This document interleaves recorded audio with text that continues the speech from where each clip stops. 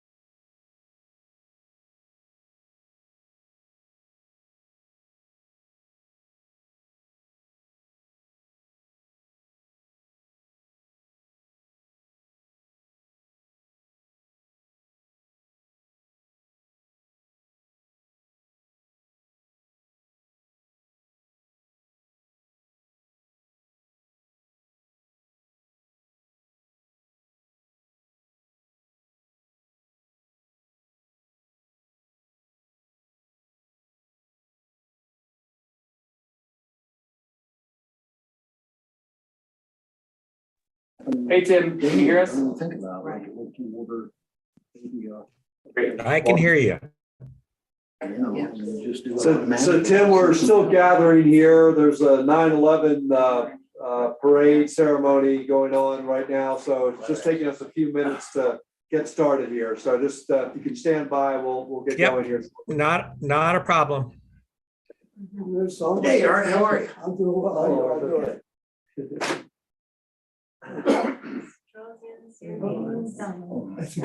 And Tim Lorraine's here as well. You can see the back of her. What? Oh, yeah. I started looking around. I probably watched that. Terrified from getting an extreme cough or bone. My wife's alive. Because I can show you this, because you know, one there was a lake, I can't remember what it was, but I know on the other end, the house wise, they had this rope. Swing out. beginning, Come on, sure, sure. I say 20 minutes. Oh, they have so much fun. Coming back, it was The downhill effect to get everybody going. swimming pools where you could go. Oh, no, we just like going. It's very open. I never saw it. It's just good for me. That's the last adjustment. I was asked by. I think the employees. I said, there's like, there's other areas. Because they first, I don't know the guy, but they first started out with employers contributing. They were Right this year. Now it's fun. And then there was a vote, and then the employees. No, I think it's right. That's about. I used to Mac up. Now. You ever seen an email? This started on 5 years, so they had not even moved around. I'm sure we're all on The interstate, some of them have a little. All right, y'all, we're live, just so you know. Well, this is gonna be Very good, Art. How are you? And we know we haven't even touched the tip of the iceberg. It really gonna impact downtown and stuff, you know, when this really gets going full bore. You guys got the This words is gonna be tough to sell. still down. Hopefully worked on by. So hopefully. Well, and that's a good point, because folks already are also trying to get them sitting there 2.5 hours. And they have For sure. their We try to get them by noon. Hey, Jonathan. Yes, sir. Well, I did check on the shop. Yeah. Yeah, No, it's not. Check it with it. Take the night off. As much as I can. I just want to check that box and move on. I did when I got to the office.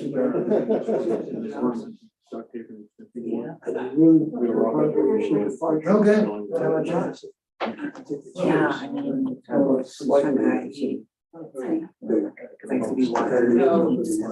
Okay. I don't. I haven't seen it. Sorry, guys, we got caught behind the three. I understand. You have a little bit of activity out there. There's lots of stuff going on.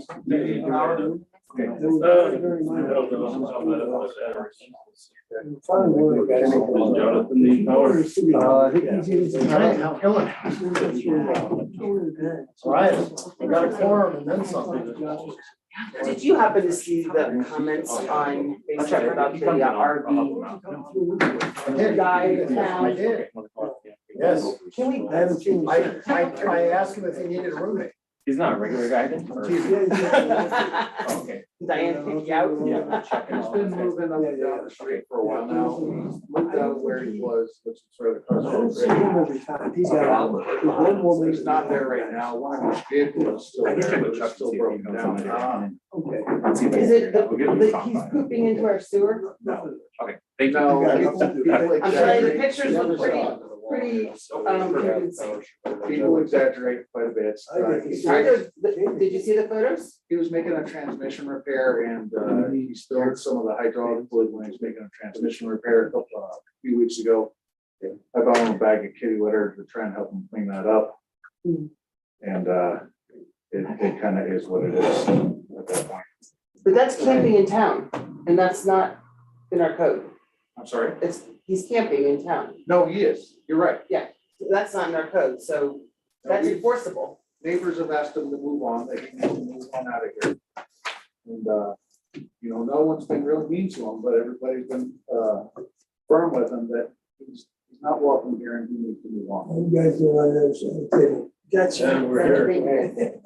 Andy, I heard That's the hard from part. Kelly Dennis will not be here. That's right. I'm gonna be here alone. That's like work, the hardest part. You're all by yourself there. like, I'm doing good. Have you had the bear visit you yet? Jonathan, no rush, but let me know when we're good. You're ready to go. Whenever you're ready. Yep. Okay. Hello, I would like to welcome everybody to the Monday, September 11th, 2023, City of Idaho Springs work session. And we'll get rolling here at 5:35. We only have two things on this work session. They're important. And, both of them are going to take some time. So we're going to kick the first off with the 2022 audit. Rain, welcome. Thank you, Mayor. Our auditor, Tim Major of Major and Company is online too. And I believe he probably wants to go first, or I can do everything for Tim. I say if it's okay, I'll get my part done. Hopefully it's not too bad. Unfortunately, the hotel's internet is down.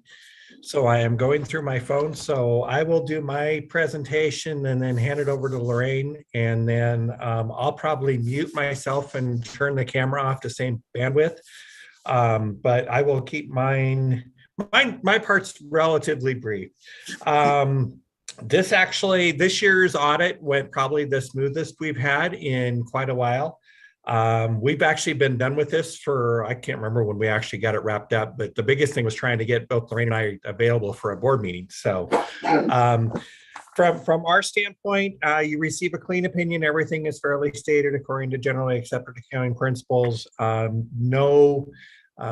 We always have some adjustments, fewer adjustments than, again, what we've had in the past. So, and that's what we want to shoot for, is every year that we have fewer and fewer adjustments. Most of the adjustments that were done, and I was going to look back and see, but I didn't get a chance to. I think most of the adjustments we had were primarily ones that Lorraine was still working on while we were there, and it's ones that she put together and had us post. I can't remember anything off the top of my head that was really huge as far as what we had to adjust as part of the audit process. As far as financially where you're at, no real concerns anywhere as far as your operations.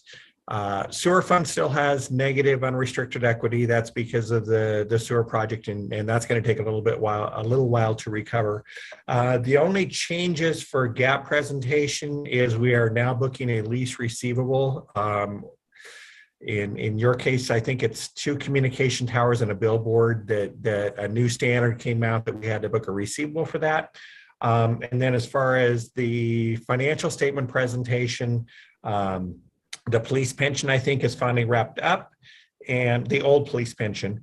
And we added a parking fund this year. And so it's a separate set aside that you created.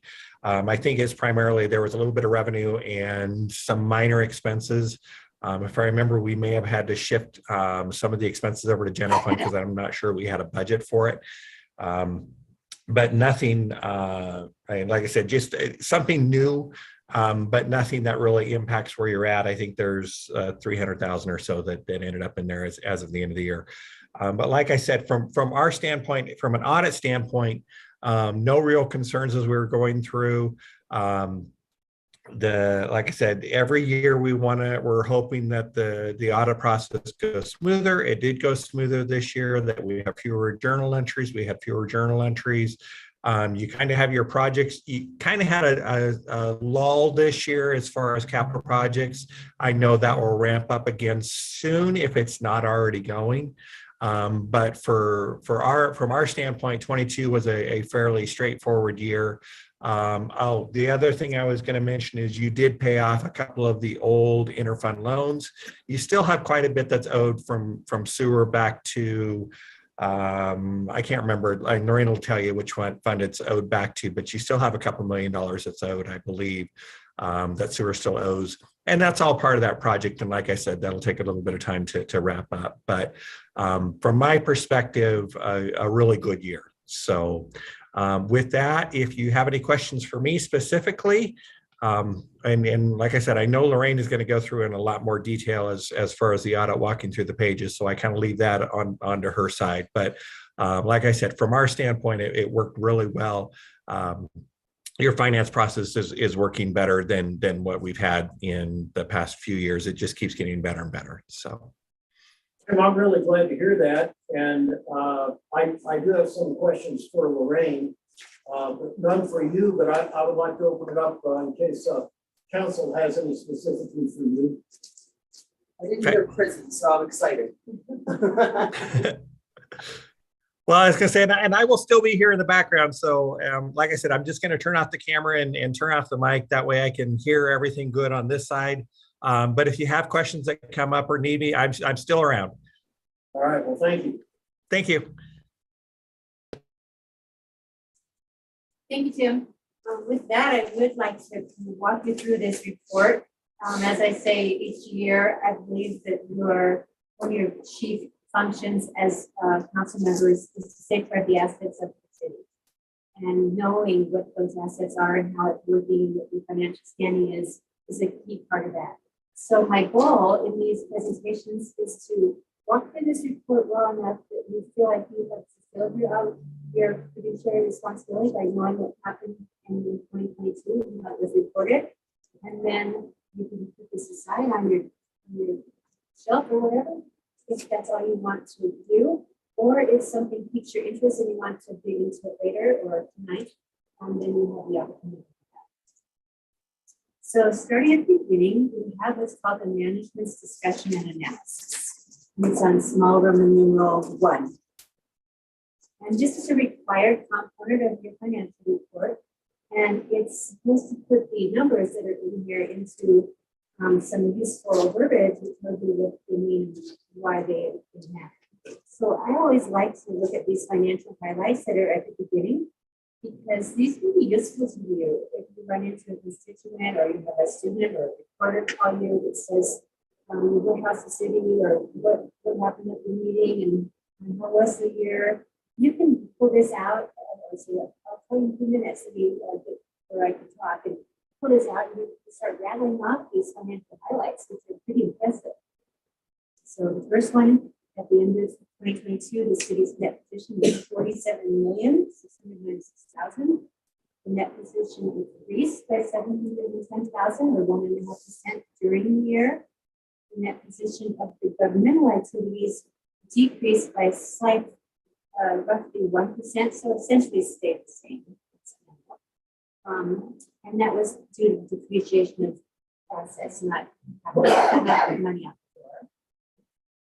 The net position of the business type activities went up by $1 million or 8.4%. Those are your enterprise funds that you operate as a business, the water, the wastewater, and the parking fund now.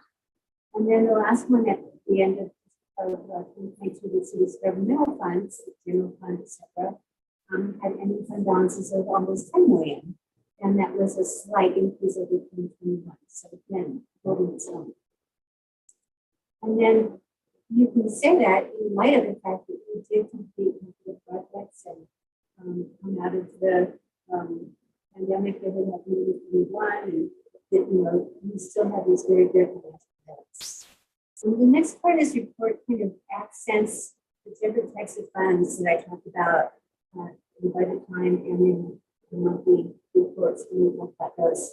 On page 2, it shows we've got governmental funds, this little Roman numeral 2, and that means these are funds that are operated by governments. They're not run by business. And they are measuring the flow of financial resources, money in, money out.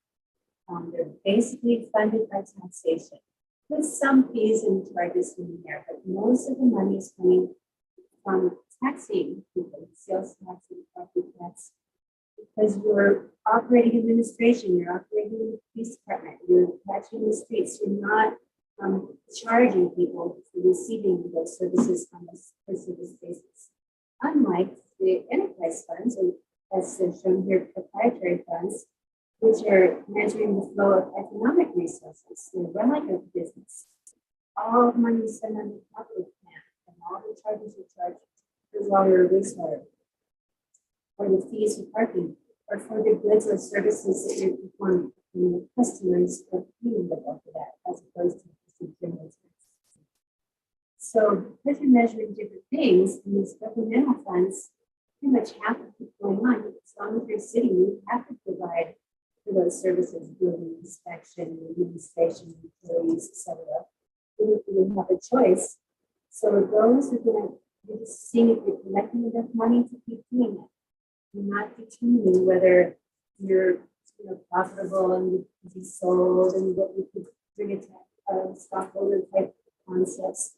You're saying, how much money do we need to operate and provide these services that we want and our need to provide? So the flow of financial resources. Proprietary funds, you could potentially sell these proprietary operations. And it's not normal to sell your water plant, but you could even sell it to some kind of a utility district and bring some of the municipalities and whatever. And we want to know the value of all these pipes in the ground and treatment plants and things of that nature. And they would be saleable as opposed to the general fund. You're not going to sell the streets. You're not going to sell properties. And then you used to have a fiduciary fund, which means money you're in charge of taking care of. It's not really the cities, but you're the logical entity to take care of it. And that was your police pension plan that's now finished.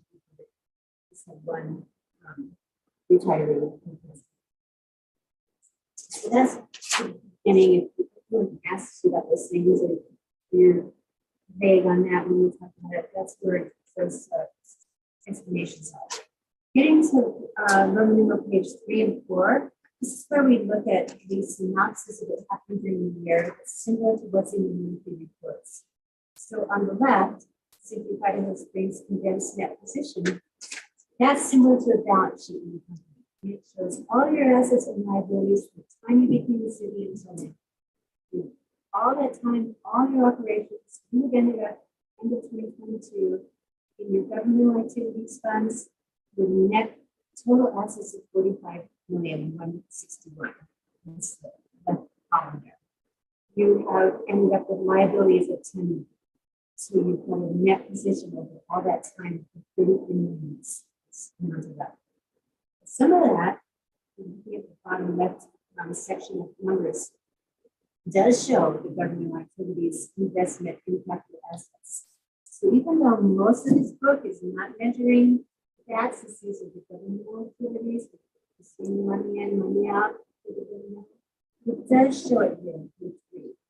You do have this much in infrastructure, streets, and sidewalks, you have this much in buildings, and historical items around town,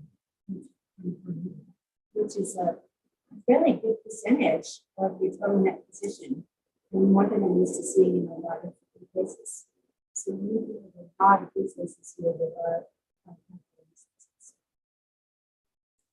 You look at the middle column there on the condensed net position, that's the business type.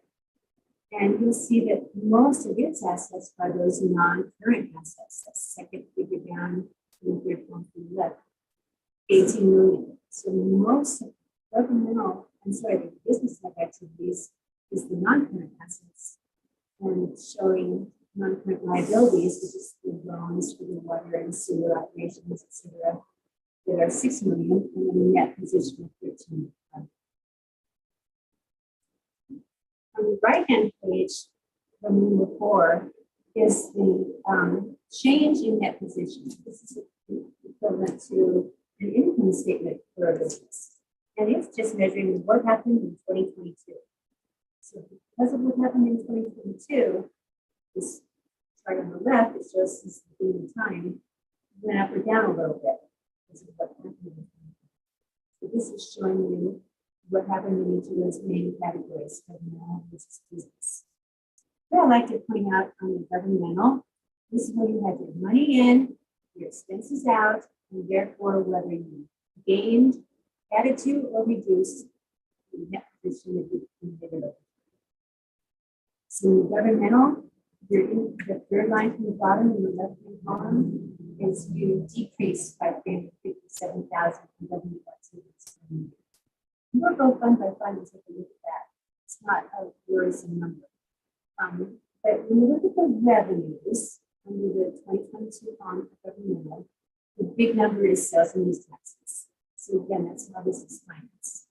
When you look at the business type activities column for 2022, the big number there is 2.895 million, the top one, charges for services. So again, that points out when I'm selling goods and services, they're operated like the business, the governmental are based on taxes. Then you have your program expenses, which is really rolled up into big numbers like general government, public safety, public works, and then transfers in and out, and therefore what your net position started with.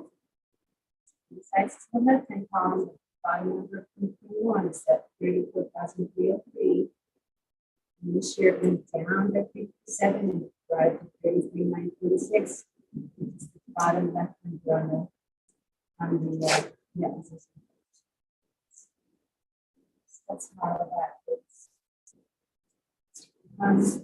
Going forward, whenever you look at these charts or graphs that say activities, page 5, activities, it means it's throwing in all the capital assets and everything on these tables, as opposed to most things that are done on a fund basis, where we're not going to look at capital.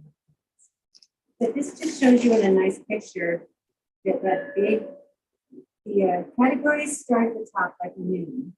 So the 4.9 is the first category listed, that's right at noon. The chart is the services.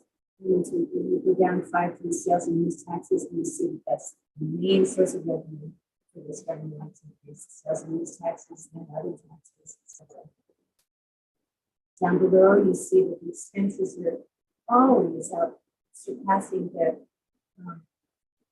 program revenues. So that charging for a program in the government might be to pick up a license or doing that. And that's not near the amount of expenses and taxes. The next page shows you the business type activities. What you really want to see is the big, huge 95% of revenues coming from charges for services. This is customer driven. People are paying for their water, research for the sewer, And when you look down below, it's the expenses versus program revenues. Program revenues are more than expenses here, so you're building up some years. Red bars are higher, as opposed to lower units. So all that's good. This is showing you what we want is operating as intended, and we've got good results. Page 7 shows you the same thing for the summer city's funds. It doesn't say activities anymore. So in governmental activities, there's several funds, and one of them, the biggest, is the camera. And it's similar. Taxes is what finance is it. And then there's expenditure, as you'd expect from public safety, this is why this is expensive. And there's some similar words on the next page about those different funds and what will not. Page 9, number 9, shows you a little synopsis of capital assets that were acquired by first the governmental activities and then below the business activities and debt administration, etc. So there's a synopsis. That's the management discussion and analysis. And if you have any questions on that before I go on, I'm happy to answer them. An investment earnings is 1%. And what investments are we referring to? You have money in the local government investment pool, the column trust, CSIC, that type of thing. You only get 1%. That year you did, but that's going to change. We started putting more money into those investments instead of leaving them in checking accounts. Right. And so you're starting to get better returns in the next year.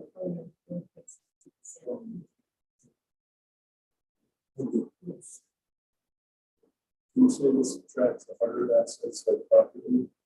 And as like we purchase the police station, so that will be showing up in the next years. It will. If you look at page smaller than 9,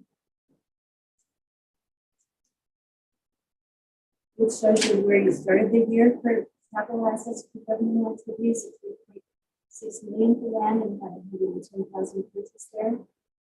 And also some construction progress, also some building improvements and purchases. So it shows you that in big numbers there. With the details.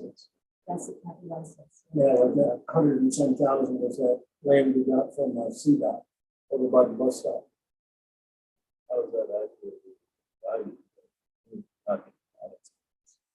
Well, we do, what did that cost? So we're using straight line. Yes, we're using straight line depreciation. So the third section of the chart shows the additional depreciation in 2022 is 2,288,000. The total depreciation so far of all these assets is 6 million. Actually, that is probably higher than this. Maybe. In government accounting, whenever something is purchased or donated to the city, we put it up. Then the value. Yes. So they're not on it. Land does not depreciate. You're correct. Have construction in progress. So in the real world, that's not. Yeah, it's not today's prices. It's what we It's paid. much higher. You're not even Well, property you, others. there's no, you'll never get an audit to see on that. The current year's auditor looks at what you bought that year and whether you reported it at the fair market price when you got it, which is usually the cost of what you when it's valued, if it's donated. And then once it's on the books, it just depreciates. I was looking at real value versus book value. Right. If you went to sell one of these assets, you probably know. And then that increase would be booked as a revenue. Yeah. So This is just book value. moving on. Next is the auditor's letter, and this is required to be stated in the way it is here. If you look at that second paragraph, that is what Tim referred to as a clean opinion, because it says in our opinion, the financial statements referred to are present fairly in all material respects. the respective financial position, the governmental activities, the business type activities, each major fund, the aggregate remaining fund information. So he's not saying every single thing was exactly perfect, but no one puts it in one account. But as far as material value, yes, he would test tends to determine RV levels. If there was issues, he would test further. So he's confident that these numbers can be relied on by anyone who wants to read the report, who wants to spend the money, decide about the credibilities. So it's very valuable to have that clean opinion. Then moving forward, it's to the actual financial statements themselves, not the auditor's letter, not the manager's discussion, but the financial statements. This first one is we're going to skip over because that's what was we talked about in the DNA. That's the statement of net position. We condensed it there. There's no more lines with same totals. The next page, 5. Same thing as the income statement that I mentioned, the statement of activities is condensed. So we're going to go right over to page 6. And this is where you should feel like it's more familiar, because each month we give you the financial statements, they're on the fund basis, not on that governmental and entity-wide activities, business type activities. And whatnot. This is what you usually see. So in the financial statements, we have the assets, the balance sheet, and that's what this is, and all your major funds are required to show separately here. And then the other funds that are minor, they kind of added together. They're actually called non-major. And they're in one column with more info back about what's in what's. So then you have this net position that ties to what we already looked at. But if you look at page 7, this shows you differences in those net position statements we looked at, and they throw all the assets onto the balance sheet, so to speak, for the governmental funds and the funds that we don't do that. Let's go to page 8. And these are what we're going to be reviewing when you start thinking about budget in the not too distant future. This is your revenues and expenditures for the year by fund. And it shows general fund, sales tax, income fund, one percent state tax. These are your major funds. And down at the bottom here, they'll show the net change in fund balance. So in the highlights, we mentioned that they would kind of stay the same in the governmental activities, governmental funds. The general fund went up slightly, the third number from the bottom on the general fund went up by 64,000, sales tax by 21, 1% state tax got drawn down. And again, this is what you're wanting to do. You're wanting to pay off street bonds, you're wanting to do the capital outlay, you're not wanting to keep this money forever, you want to use it. General fund, we want to have a fund balance that's there for problems. And so we've got a fund balance that went up by about 64,000. It is about half of what your total expenditures were. So it represents about 6 months worth of operations. So if you were to have that catastrophe, flood, tornado, something or other that kind of devastated your tax base and your sales taxes were running in, you would have about half a year's worth of money on hand in the fund balance. It's not all of it, generally speaking, that you could use to keep operating until you got funds for some kind of relief from the disaster. So to Art's point, on these funds, are these non-interest bearing? Or are these pulled? No, they're invested. They're invested. They can be. It's up to the town to transfer idle monies into the local government investment funds. And make sure that those get interest earnings on them as opposed to city and tech. When you say that to a city, who would that specifically? Somebody in the administrative, I'm not sure what's going on, but does that. Yeah. And then each month when you send out this financial statements, this page is showing you how much spending. It shows it in fact, it's only 50,000 a year, they've got 50,000. So each one of these funds have an interest bearing and a non-interest bearing, basically, then would that be how? All the money It's in either in one of these miscellaneous funds or not. And all the money is tracked to see which fund owns what percentage. And whatever interest is paid, whether it's from checking and savings or the investment pools, it's divvied up based on the percentage of ownership of each fund has. And that's one of the journal entries I make every month, is to reallocate the interest based on each fund's ownership. When you invest, you invest in instruments that if for some reason we have an emergency, you need to pull that revenue out, that there's no penalty for that. Correct. So actually, let's skip forward to that. This is a fair amount of interest. Let's go to page 22.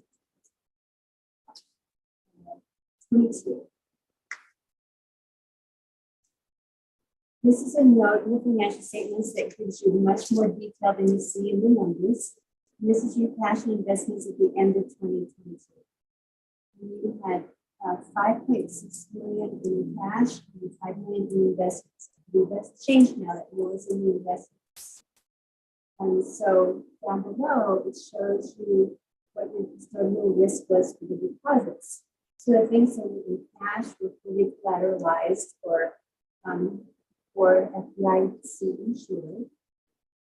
And the next page shows you what your investments you're allowed to have. So on page 23, it tells you what the Colorado state statutes allow you to invest in. It has to be pretty safe. It's nothing very fancy. And under credit risk, one of the items on the you're allowed is about 6 bullet down says local government investments. Colorado has about 3 of these. And they are established by the state just for the purpose of investing local government's monies. And you pull them together with whatever other cities and towns decide to pull them. And then they are carefully monitored and run in order to get higher yields on your investments than you could get on your own with your own little smaller money. They're very liquid, same day. So you can say, you need to transfer this money or buying property, and it's the same day, wires into your bank. You just go back and forth in your bank account. And right now, the Power Trust, which is the main one that we have, and we also have CSA, they're both earning interest in the 4%, so it's decent. And they're steadily increasing as expected. And we get reports from them every month showing what the yield was. And we have both, so you can transfer money between them if one starts to perform better than the other. But you know, pretty much making most sense. Would it be safe to say if we had a treasurer's position there in Idaho Springs, they would be the one watching over this? Well, I don't know if you want to say that. I mean, I look over every month and reconcile it and see what's in there. And do you recommend that you see it kind of like you should? I did You make make that recommendations, recommendation and it was followed. Because, you know, I don't know how many financial experts we have on staff, but this takes a constant watchful eye, I would think.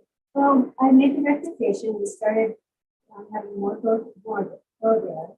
And I also recommended that some proxy amount that's in the checking account is equal to your payroll and your payroll runs.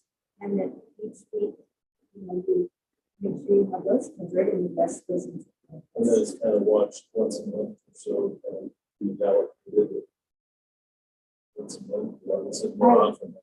Ideally, I mean, it may not be that you need to make a change once a month if what's coming in for your revenues is equal to what's going out. Yeah, then you don't have much to. Yeah. So it's not like a sophisticated every penny invested in the maximum all the time, but it's a very good way to. But it's a good way to make a little extra income. Exactly. Yeah, too much sitting in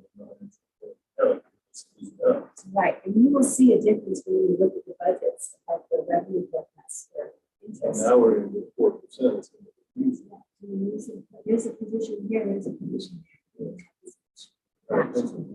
There's a founder.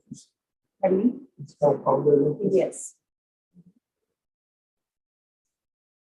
And it has a good rating so that if you go out to get a loan for the project or something, it's not viewed as a risky investment. It's Right. yes, Oh, yeah. I know pensions that have gotten in trouble. When the pension matter is the pension, is that done on an outside contractor handling the pension or is it the city?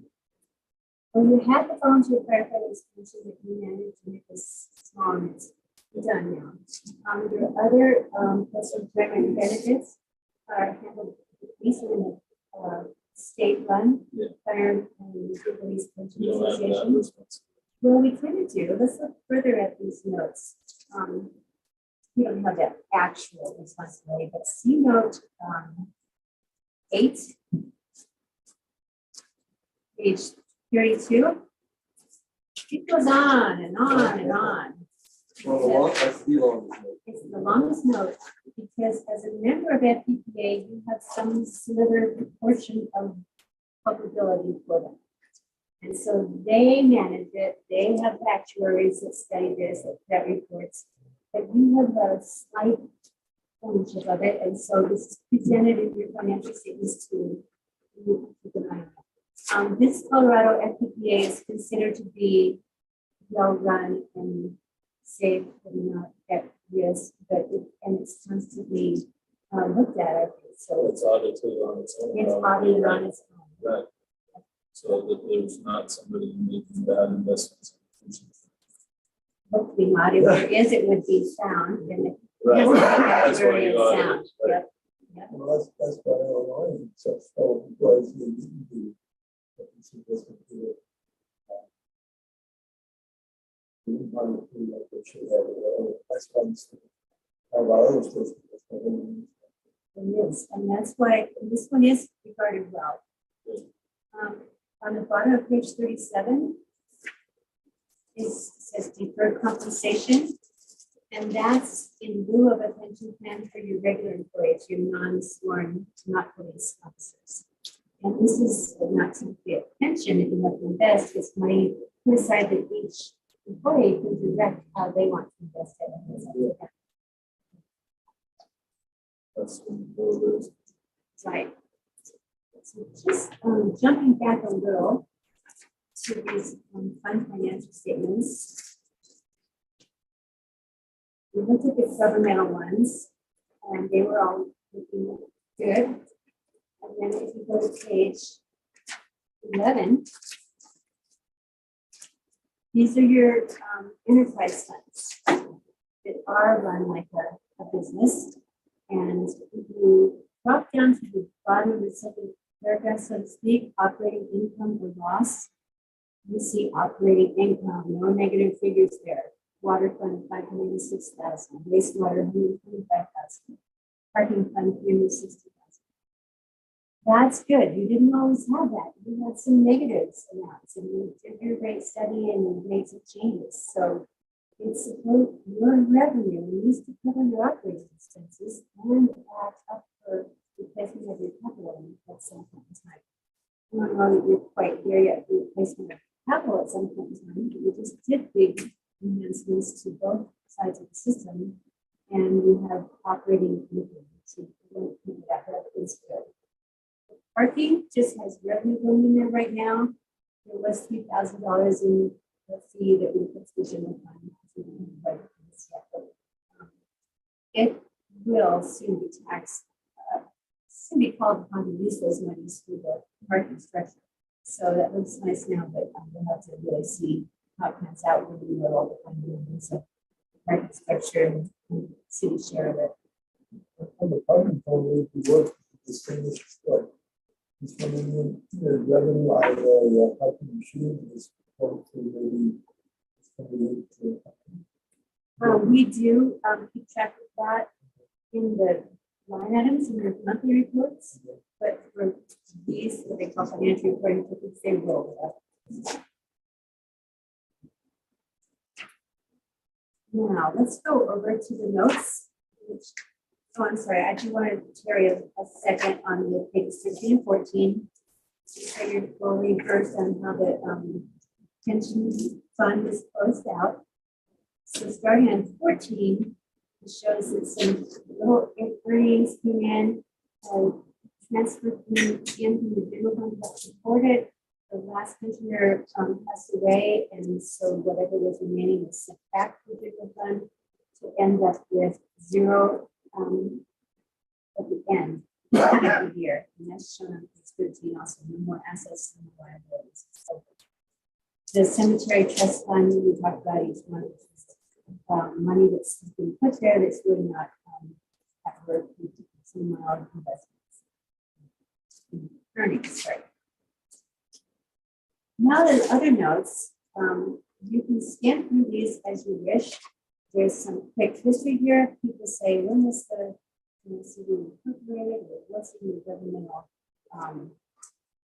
reporting entity? Is that housing authority in here? Is the recreation authority? No, it tells you your reporting entity is just the city proper. It tells you more information about the veteran focus, whether it's for financial resources or for economic resources. And then on page 15, it tells you what your major funds are and what types of funds they are. Some are special revenue, some are capital projects, some are proprietary. Over on page 18, talks about capital assets, what they do. And page 19 shows you some general guidelines for how, what the terms of depreciation are. But for each asset, when it's added to the list, we determine what the appropriate number of years would be for depreciation. So if it's a police vehicle, it would be at the previous years. If it's some other kind of a vehicle, so it's thought through when it's listed. Again, that's something that's given to the auditor and the reviewers as part of his audit. Then we look at it's note 2, and it talks about the whole budgetary process. If you ever have questions about that, what's required, when do we get this, what do we have to do? It kind of gives you a quick outline on page 21 for that. Page 22, we already talked about the deposits and the cash and investments, so that's there. Page 24 is what Tim talked about when he said GASB, which is the Governmental Accounting Standards Board, made some changes that were reflected for the first time in 2022 about the leases that we have for capital or money in or money out. So there's a schedule here that now reports what that lease activity is. It shows zero at the beginning because we weren't required to do that in the past, not because you didn't have it. And then capital assets, we talked about in the other MD&A, because it pretty much repeated this, but it shows for each type of purchase or asset what the additions and deletions and the depreciation is. Also, page 26 shows you a little more than we had before. It shows of that depreciation, which type of operation is charged with it, based on whether it's their asset or not. So the general government. Same with water versus wastewater at the bottom of page 26. So much that's in the depreciation of each operation. Then, note 6 on page 27. Gets into those internal balances, where the transfers back and forth during the year, and also those advances that Tim mentioned, where the sales tax and treatment fund is the fund that advanced the money to the wastewater fund is still owed. But it's good to see we also have water fund owing, so all the water fund advances will pay back in 2022. Just this wastewater needing to be paid back still, but that's a good number. Long-term debt shows for the governmental activities. We've got the street bonds, and we have the compensated absences. Means if everyone were to suddenly leave the city at the same time, how much leave banks do they have built up that we need to pay them? That's what that calculation is. But there's a good blurb about each type of major debt. So on page 28, it shows you, okay, the street funds, oh, that was 2018. Oh, yes, it was the end of the year, this was 9.8 million. This is the interest rate, this is the, how long we have to do it. Here's the amount of principal and interest we'll pay for each of the next 5 years, start out, plus 5-year blocks after that until it's done. So you've got a ready reference here with a lot of good info about each debt. This first part was for the governmental street bonds. The next part is for the business type, water and wastewater. And so it shows each note and each advance. If I may, just because we're on this page. So we have paid off some relatively inconsequential loans this last year that we had borrowed from the general fund. And if you have really happy to see that. But these 2000 and 2002 CWCP water, that's at 550,000 and 75,000. They're at like 5 and 5.5% interest. Oh, well, okay. You're probably right. And, you know, the other loans that we were able to secure for like the wastewater treatment plant, extraordinarily low, like 0.5%. It was really a great opportunity. But these at 5.5%, I'm just saying that as funds are available, would it make sense to try to pay these down next? You could, in general, yes, but your other needs would be considered. So dropping 167,000 might make sense for the debt, but maybe you need that for the, water line or something instead. So you want to take a look at the big picture. And in the big scheme of things, 5% isn't that much, especially if the interest rates are 4% now. Gotcha. So Yeah, it's almost a wash. but it also shows you when you're paying off. So that second one on page 29 is at 5.5%. This will be paid off in 5 years. There's not much left on that one, 65 grand. So maybe you would want to pay that off. Personally, I would probably say pay back the sales tax. Gotcha. Because those monies are needed for other governmental projects.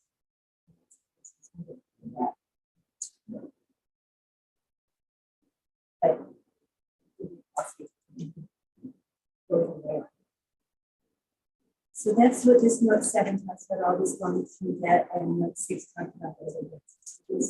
Sales tax on page 27. Improvement plan, that is in the general fund. It's owed.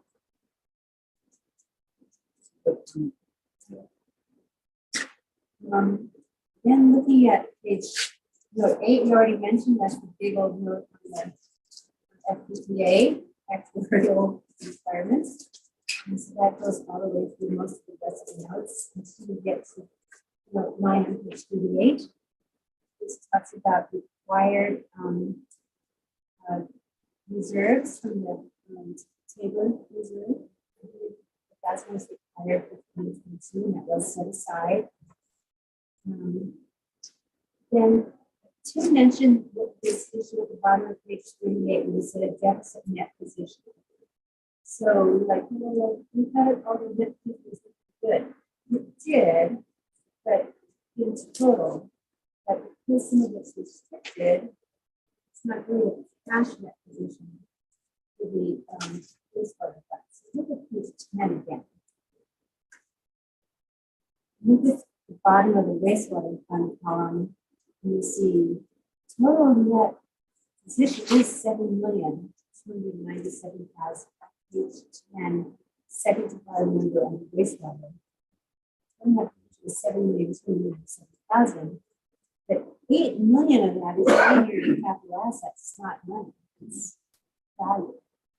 And then you have another 208,000 that's restricted for bond covenants you can't spend. So you have really negative unrestricted net position all of your net positions looking for, and then some. So that's what that means. So in order to build up that net position to a higher amount, we need to be more than 7.2 so that that minus 1 million can go away. So we don't want to stop looking at these rates, because everything that we look at is the more money coming in than goes out.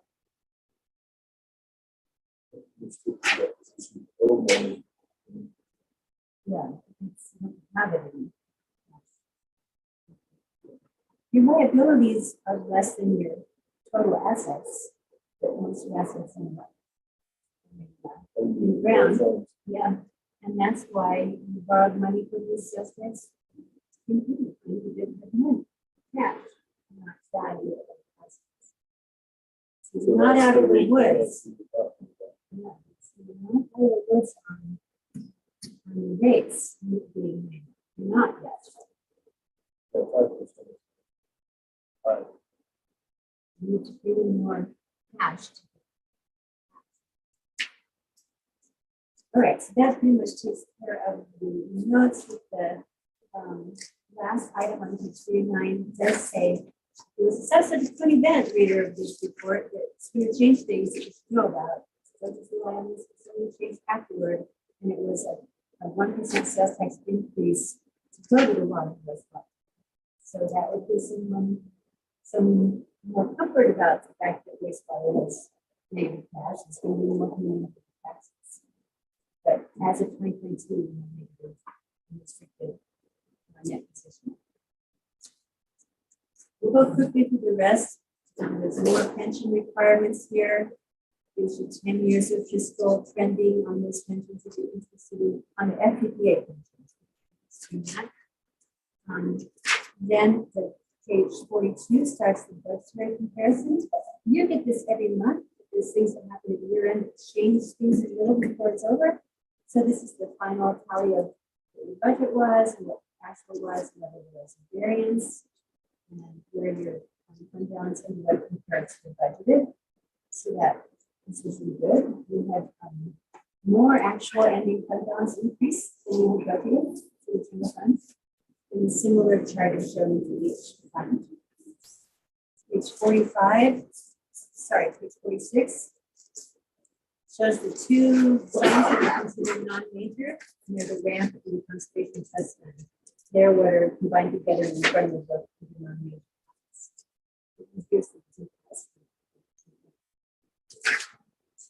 And these budgetary comparisons for each of them. And the last two statements here are the water and three now, waters, the wastewater and parking funds, budget to actual. So in the budget, you have to pay the budget enough money to pay your principal. If that's not considered a reduction of long-term liability in the balance sheet for it shows you the real money in money balance, and that's what happens in governmental and and parking, etc.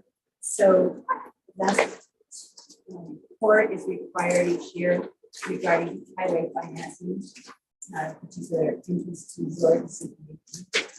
When you start on the budget, these are the last final numbers for any year. The spending 2022 is actual. And we have an estimate for where we'll end up at the end of 23, but we'll still be in process, so it won't be real numbers yet. So these are really good ending numbers. We're going to be starting the estimate the fund balances. 23, similar results. All right, thank you, council. Questions?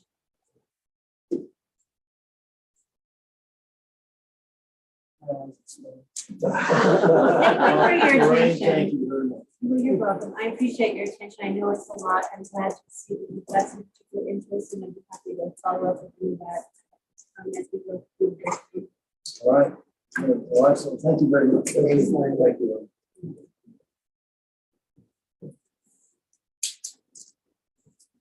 All right, well, next up, retirement plan update. All right, Mayor and Council, I'd like to invite representatives of the Colorado Retirement Association to come on up. Yeah. Chairs here. And Mayor, this is an area of employee benefits that has concerned me for a while. That we have a retirement program, which is good, but we haven't had good customer service over the years. We, for a number of years, were Mass Mutual, and Mass Mutual was recently acquired by Empower. Empower is a Denver-based retirement firm, and I thought things might get better because we have a local firm to deal with, but they're a big firm, national firm, and there's a lot to administering a retirement program for a city such as ours. But even more important is the service that's given to our employees. Most employees are not adept at retirement, investments, and that is, we have excellent benefits that the city offers our employees. I want to thank council for that.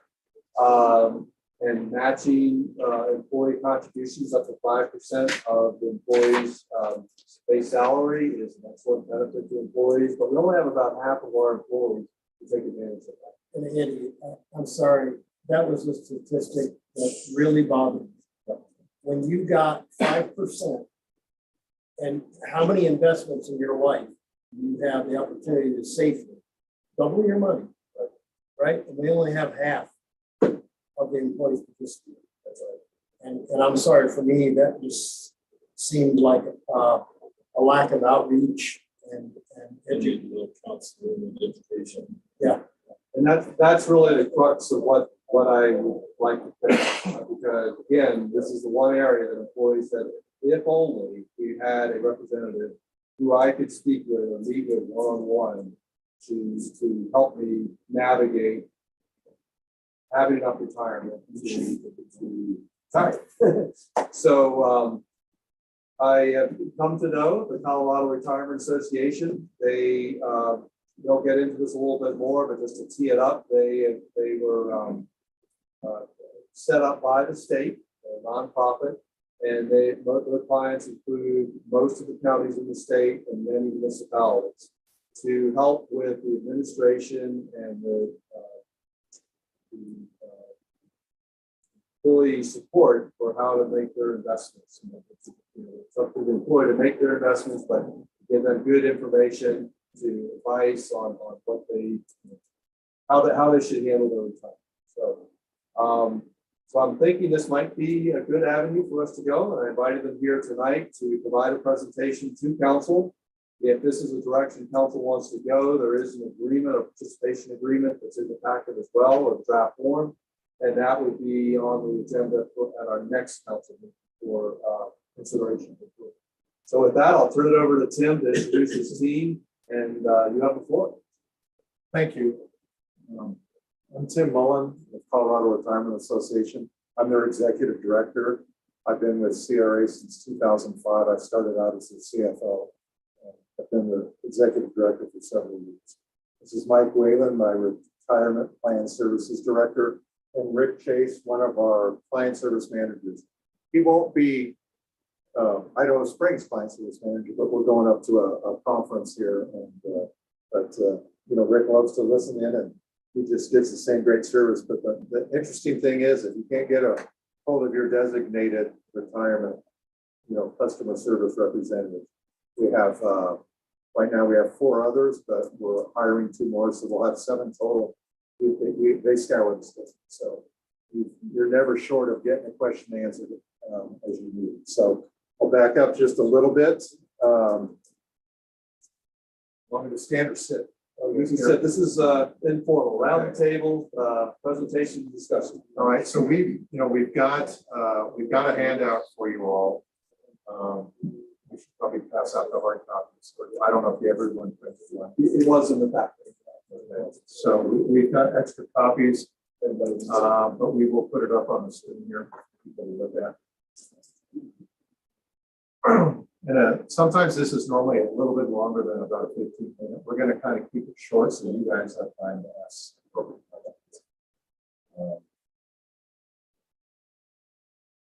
I think this page is very strong.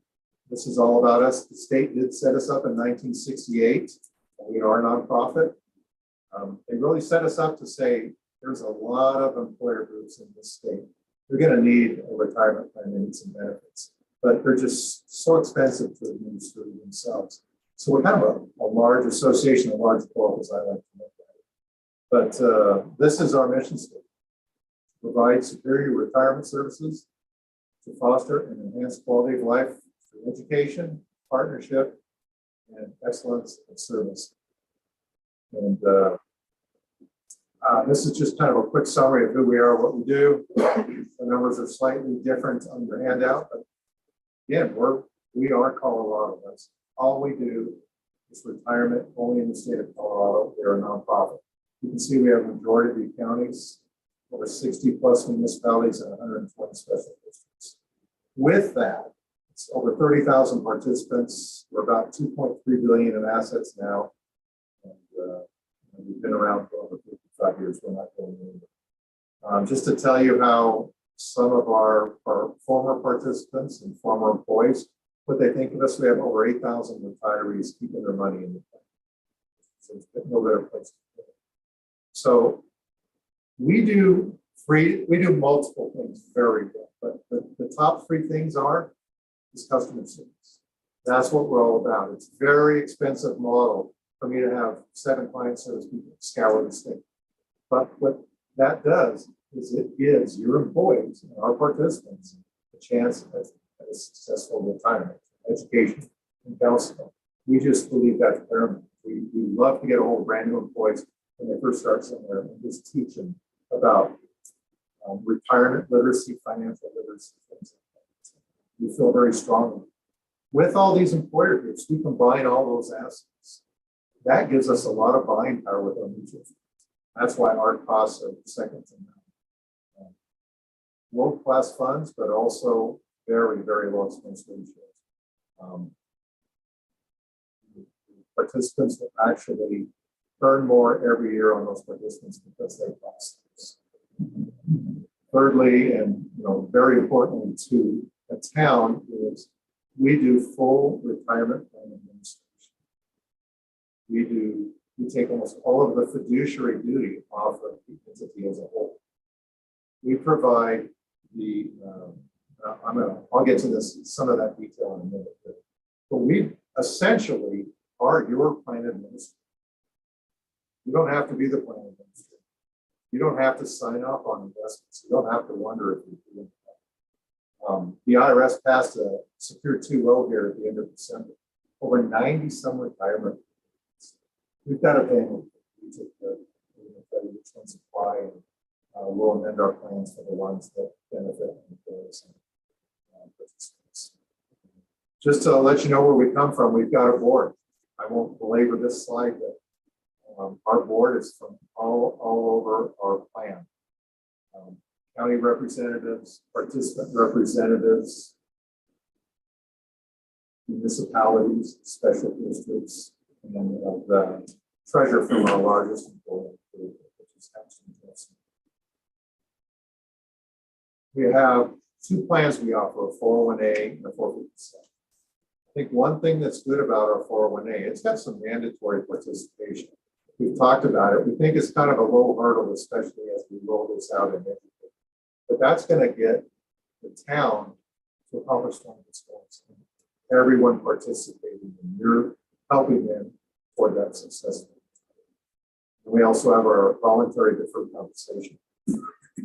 What those 2 plans do, and we've kind of touched on it, no commissions, no proprietary investments, and no shareholders. We are a nonprofit. More money than your employees. This is kind of what we do as a multi-employer. So we have 2 big plans, but all of our employer groups get to participate in those 2 plans. They're not managing them. So what you get is that full administration. We'll get more detail there. Flexible and tailored retirement. So we have design features that we'll go over. Again, we talked about best-in-class mutual funds. And again, those economies of scale are getting it. This is kind of what we do and take that administrative burden off you. We do the fiduciary, We do the document management. We have an investment advisor. They analyze our funds, we change them out. We've probably changed well over 20 funds in the last few years to get larger, more institutional class funds, or if something's not performing well, we replace it. We do all that work for you. So your employees and you as the town are getting the best investment options. Our record keeper is great. He happens to be your current provider. They happen to be your current provider. But what we do is we just kind of bifurcate that. They're a great record keeper. They're the second largest in the world. They've got a really great, massive system there. So your assets are safe there. But what we do is we give you that personalized touch to educate. Again, last but definitely not least, and this is what is important to you guys, but it's also very important to us. It's what sets us apart. It's our counseling and mentorship. These are some of the professionals we work with in our best portfolios, our investment. If you don't have a full service plan like us, the town should have their own investment advisor. But those cost several $1,000s, hundreds of thousands of dollars. We have a large stable value. It's managed by Value. They're the preeminent one in the United States. We have a legal team behind us.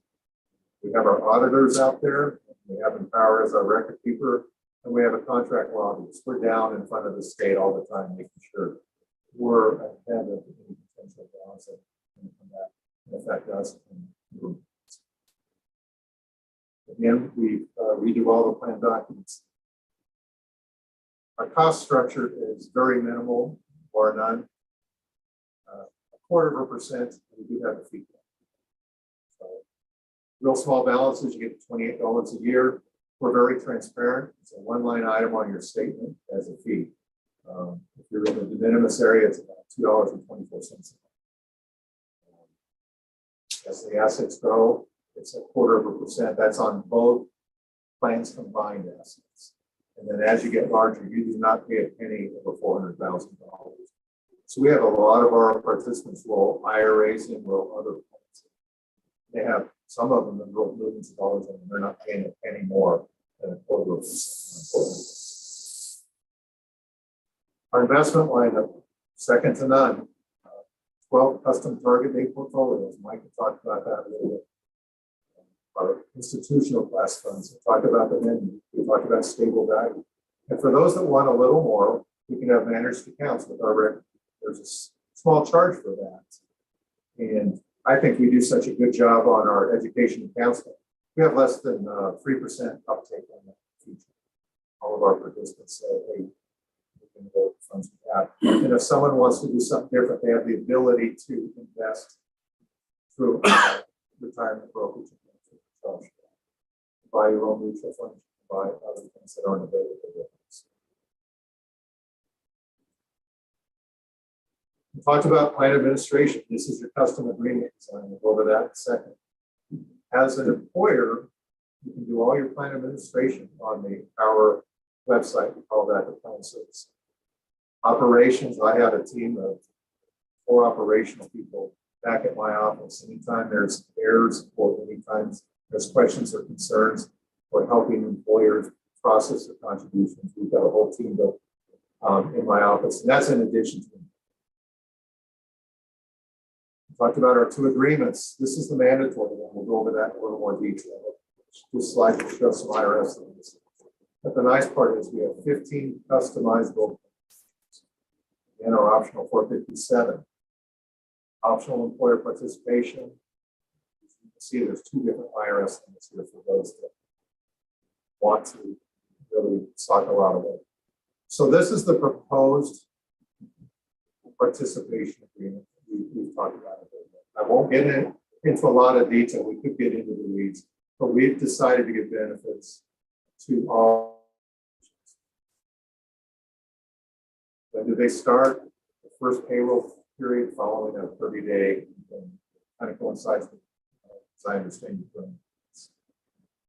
Prior service credit eligibility. So if an employee is rehired within 12 months of termination, they get a keep eligibility, which is starting immediately. That's not important. But there will be one for vesting down the road. Changing employment status, if one of your people goes to part-time, they can't contribute anymore. But the minute they go back full-time, we'll benefit all of them. Employer contributions, we designed it to be 3%. Get to that in a second. No prior service benefit contribution, because you currently have a retirement plan, so that's usually not elected there. Employee contributions, we've also fixed 3%. Now adding 5%. So we're really going to take care of that 5%, but on a discretionary basis. So we're going to do 3 for the employees, 3 for the employer. But the employer will offer a match up to 2% effectively getting into the 5. But it's not a burden on those ones that haven't contributed. They can get up to the 5, but their minimum burden is only going to be 3%. And we can adjust these benefits every year going forward as the town sees fit and as the town wants to change things. The nice part about that is we will have 100% participation, at least at the 3%. So the town will effectively, I think, be doing their job helping the employees have that successful. You elected pre-tax benefit, so the employee can save on federal and state taxes. This is that extra 2% we were just talking. So it's flexible, it's not a mandate. This is where the employee would put, if they choose, up to 2% into their 457. The town will put their matching money, either 1 or 2, into the 401A. The unique part about this is all employer contributions that go into a 401A don't have to be run through payroll. You match into a 457 right now, you have to run it through payroll. That has 7.65% employer taxing and 7.65% employee taxing. So by the employer putting the money directly into the 401A inside of the checking account, that's 15.3% taxes. Doesn't affect the bills. It's just, why get 15.3% of the government coming up? This is that much more going into the employees' pockets. Vesting schedule. The town has chosen 4 years. We vest monthly.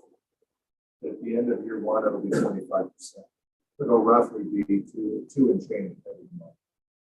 So what that does is that the employees can see I'm vesting a little more every month. They stay engaged. They're really kind of excited that they don't have to wait a whole year to hit that cliff. And then we're growing there every month. This parallels what we're doing now. Except, yeah, the 4 year does, except for the month. Prior service.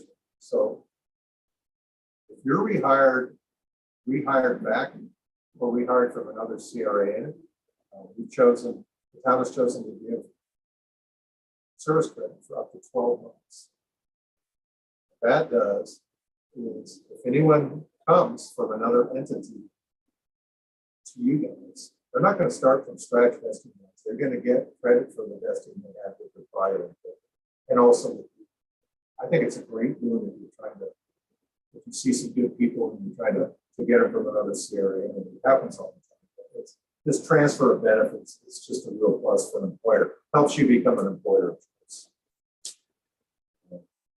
And the other thing we're going to do is every employee that comes over to CRA, that choose that, is going to get vesting credit from their data plan. So for people that have already been with the town a long time, they're not starting from scratch. Some of these people can be fully vested already. Another thing we do with our vesting is everyone is vested on their birthday at age 50. It's really good for those people that have come over or want to come over and are on the older one side. We have 51 sheriff's departments in it, so we have a lower fully vested age because they've got a shorter work life. But working together, we need to be fully vested, so we offer that benefit to all employees. Forfeitures, that's when someone leaves before they're fully vested. The employer gets the money back. You get to utilize that. That's probably pretty consistent. You've agreed to not have loans with a retirement plan. Thank you for that decision. That is a fantastic decision. And then here we've just defined what's going to be included and not included. Want to get into detail there? No. So 457 Roth, I think it's a great thing. This is what allows employees to defer from their paycheck, but after tax. They don't get a tax break now, but if it's a qualified distribution when they're old enough, 100% of that account balance will be tax free. So for a young employee that starts deferring into a Roth, by the end of their career, maybe 18 to 22% is basis. That's what they contributed. The rest is all earnings. And if they do a proper distribution at that point in time, 100% tax. This, in my mind, this is the one vehicle that the IRS still has out there. It's just the best tax benefit. You imagine, over your career, you put in 200,000 into a Roth, and it's now worth $1 million, and you're going to spend that whole $1 million and not paying it. Nothing better out. So, employer contributions, you've elected yes here. There's no current plan to do it because you're going to utilize the TPMC feature on the voluntary side. But this just allows you, if you need to get someone in the door, if you need to do something specific for someone, this allows you to kind of tailor that to an individual person you're trying to do. And you said no to loans here. And that right there is really all the design features between the two plans, but they just mesh so well together. So I'm going to kind of let Mike take over from here, talk about the website and other things. Thanks, Tim. So that's kind of the behind the scenes employer side of things. We're going to get into the employee side and how we interact with them. So every employee has a website portal. They can log in and see their account balances. They can see all the information. A lot of control they can do there. They can change their investments. They can change their beneficiary information, all real time. Very useful. Lots of calculators out there, projections. Am I on the right path? If they're so inclined to do it themselves. If they don't want to, we're going to be on site, sitting down at probably this table across from them, going through that website, looking at projections. We can use them daily during our individual meetings. The Learning Center is very good for folks who are so inclined to do it. A lot of folks aren't inclined to do it on their own. So, one thing we do know is that not every employee is the same. Right? Depending on where you are in your thoughts, your priorities are different. Right? So we have to tailor our education where you are in your career. We break it down into 4 main categories: early career, mid-career, late career, and retirement. And so whether you're 25 or 55, it's a different conversation we're having. Early on, it's a lot of investment projections and investment terminology, trying to get them comfortable with subject matter. Right? This graph really lays out the whole story from day one to the retirement. What's the objective we're trying to achieve? You're building up an account over your career, and then once you hit retirement, we're reversing the accounts and we're turning that into income. So this right here is the whole objective.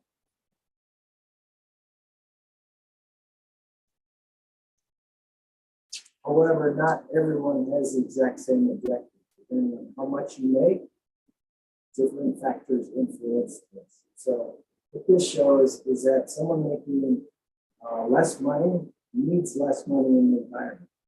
Right? They're gonna, if you make more money, you're probably gonna need more in retirement. And if you leave early, this green line is looking at separating at age 50. You're gonna need a lot more because you're gonna live a lot longer. And you're going to have an account that's going to support that. There's a lot of gears and moving parts when you start getting into this. So it's breaking it down, and approaching it in a logical manner. Starting the career, plan, benefit, education, what is the retirement account, what are the investments, what is diversification? How can a little bit of money saved over a long period of time? Here's an example from our investment advisor. This is our fund lineup. These exact same funds in both plans. So the employees only need to plan one set of employee investments. Tier 1 is our custom target date portfolios. Those are also our default investments. So if an employee does not give us instructions on what they want to invest in, we put them in their age appropriate type. They're immediately diversified and age appropriate. Tier 2 are our core investment funds. These are 16 individual investment options that an employee can choose one or more, make their own custom allocation if they want to do that. And the third tier are the brokerage account and the managed accounts, right? Those are add-on services that an employee wants it. Less than 6% of our total participants use that. That's their favorite. So what Mike just showed you is our complete investment menu. We cover all types of investments, international, passive, active, large cap, small cap, all that stuff. But we do it on a very limited menu. We looked at your current menu and it was almost paralysis. There was so many options available. Consulting with our investment advisor, we have learned that you need to have great funds. You don't want to have 6, 10, or 15 of every type of fund. So we've narrowed it down to the best. What this does, it helps your employees become more successful investors, with our education, with our parents. When you have 50 to choose from, 60 to choose from, it's just, they don't know where to go. So then they don't go anywhere and they disengage from the routine. This helps keep them engaged along with our education. This sheet, it is, Yep. So this is just an example of kind of when you're talking to a new employee and you hand out one of these, there's a lot of numbers here that goes over pretty fast, right? But we're going to approach it, we're going to break it down, show them the method to the madness, right on the left are the investment funds, ticker symbols if they apply, expenses, when those funds came into existence, and then we're looking at monthly returns, quarterly returns, and returns over the last 5 years. Right? So lots of information there, but we break it down and try to help them make sense of it. This is an example of our quarterly fund review with our investment advisor. These happen to be our custom target funds, right? So a couple of things we're looking at here, the actual funds, the benchmarks, how do we compare to cohorts within the same group of investments? And then again, it's performance of those investments over different periods of time. What I want to point out is the standalone numbers are the actual fund performance. The numbers in parentheses is a percentile ranking compared to its cohorts. So the lower the number, the better the performance. You're number one in the group. Right? So, for example, 2015 target date fund, third one down, last quarter was number one in this group. If you look through these pages, you'll see a lot of number ones in the custom target date.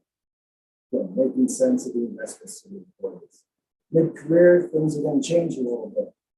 Home life is getting a little busy. How do you stay the course and stay in the market? What's your investments work for you? Really staying in the market is the key.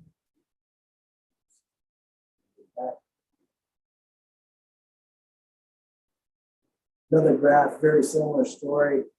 This is a slightly different time period. They're both saying the same thing. If you were in the market the entire 20 years, every business day, you would have done almost 7.5%.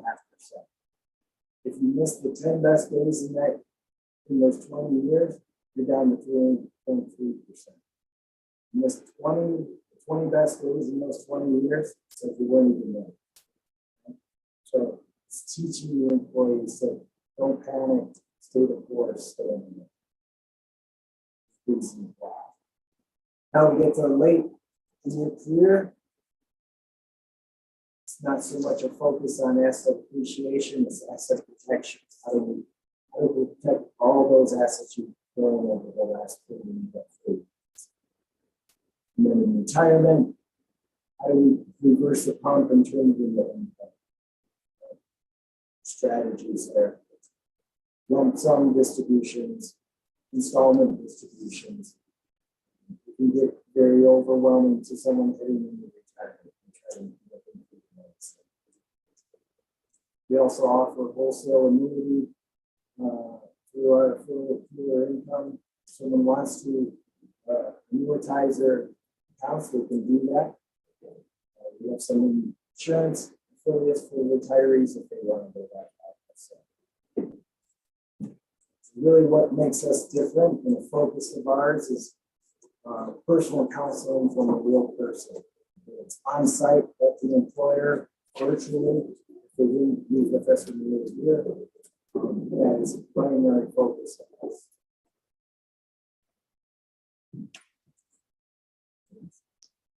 That's it. Council, questions? So you do the on-site training with the employee at the call center too, you can call in. Yep. Yeah, Monday through Friday, 7 a.m. to 8 p.m. I believe, and then Saturdays, 8 to 12 or 8 to 1. That'll help, they can help with investment advice or with the website. If they have trouble logging in, they get them logged in. You can update some information, they can send you forms, they can make trades for you. And the 401A is that like the 401A with distribution and Correct. You invest in road and no-road funds, or you invest in this? All no roads. We're all institutional class funds, so there's no upfront purchase charges. And do you involve in a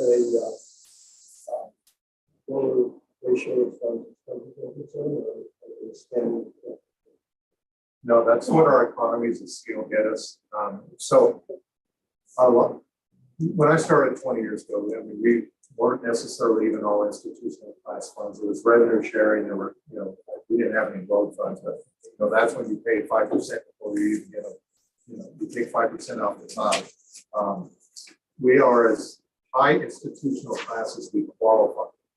So I take all those assets for those 240 employees, 2.3 billion. I go to a mutual fund and I say, look, I've got 300 million large cap. Right now, we just moved over with Fidelity, the Fidelity 500. It's 1.5 basis points, 0.0015. Your current investment option is almost 14 times higher than that.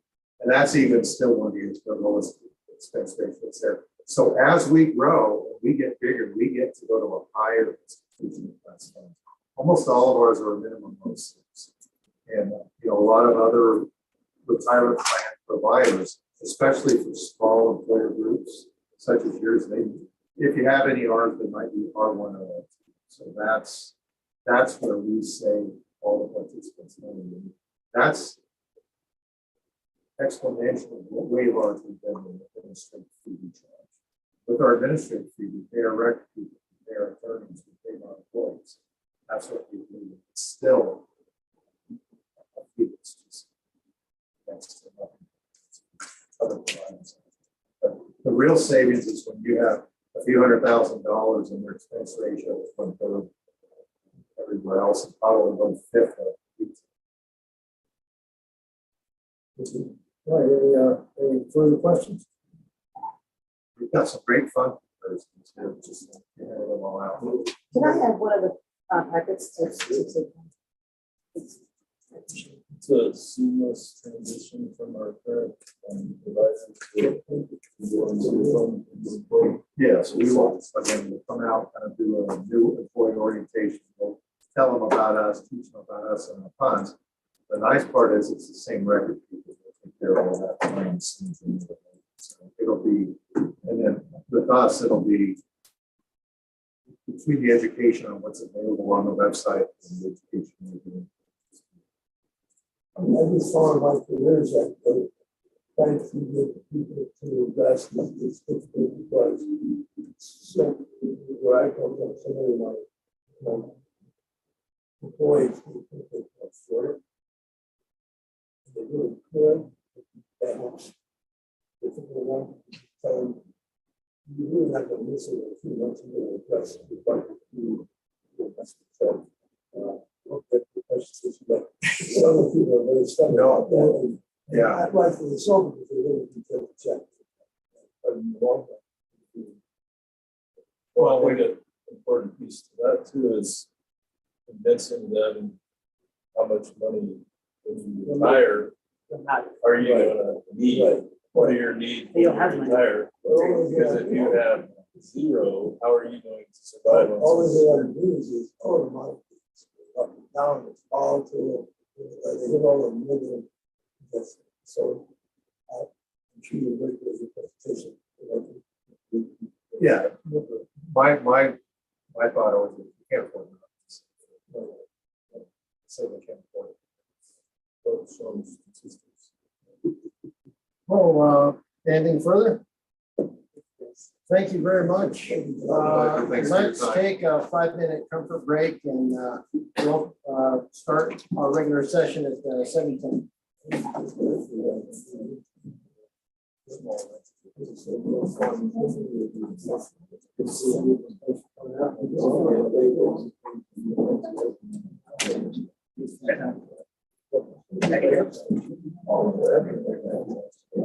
You guys, things like, I'm just curious, do you guys do individuals or is it just with, just those group therapy? Retirees. And what? Retirees. Retirees. Yeah, I got it. So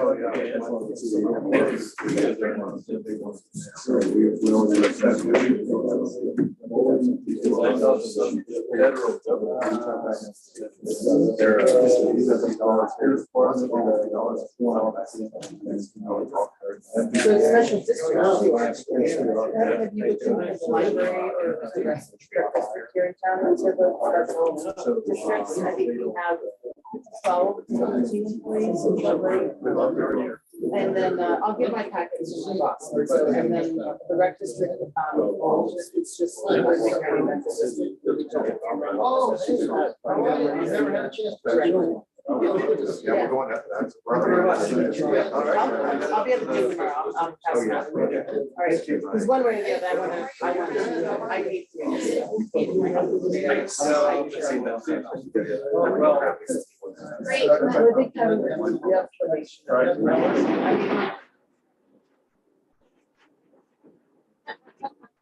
A lifetime ago.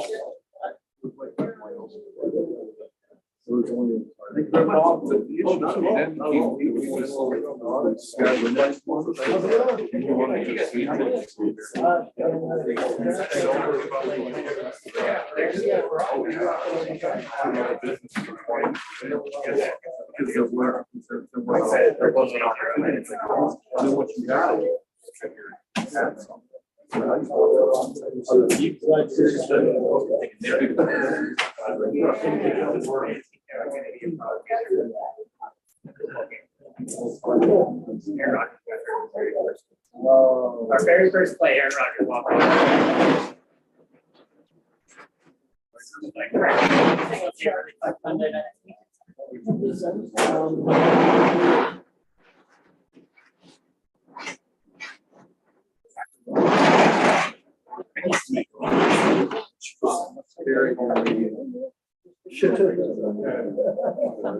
Oh,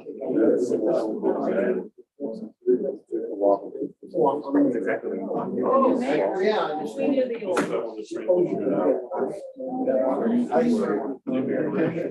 I know that's.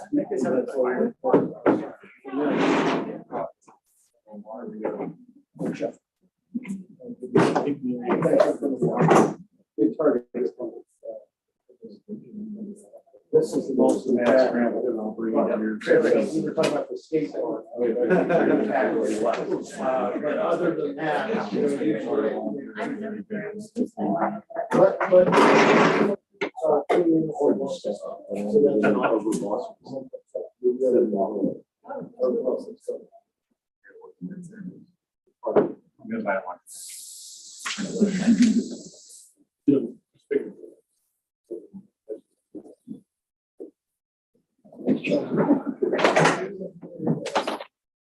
Yeah, we just expanded there.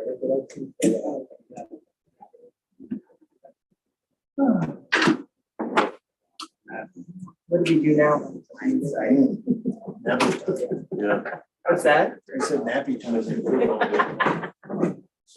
It's definitely a nappy time in December.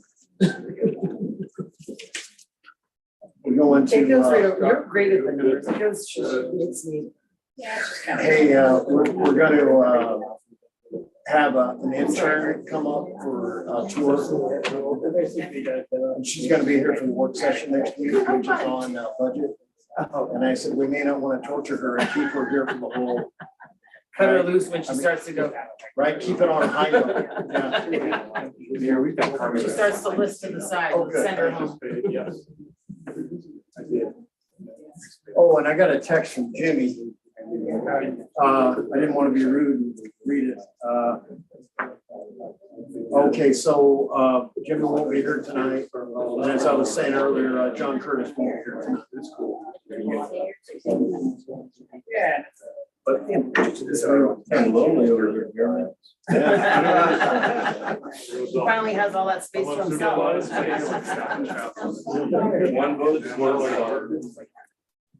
I see this many people in the audience, I'm like, what do we do now? you know, it's funny, I was just joking. I said, we packed the house with the skateboard park. But it's been pretty quiet after that, right? It's a nice one. We'll never know how many tune in online, but as far as physically. We don't know how many people tune in? Well, I don't. I think you guys report about that. Oh, that's cool. Just curious every now and then. I had a couple questions about stuff that I know it's on Facebook that people are asking, like, how long the market's gonna be open and things like that. If we could just say that, so that business doesn't. I can say that. That'd be great. And Jonathan, we're good to go, right? Yes, sir. Okay. Well, hello, everybody. I would like to welcome everyone to the regular city council meeting for Idaho Springs. And we will call it at 7:10 p.m. And we'll start off with roll call, please. Mayor Chuck Harmon. Here. Kate Collier. Here. Jim Clark. John Curtis. Jeremy Jones. Here. Scott Pennell. Here. Art Hackett. Here. All right, all please rise for the pledge of allegiance. I pledge allegiance to the flag of the United States of America and to the republic for which it stands, one nation, under God, indivisible, with liberty and justice for all. Please be seated.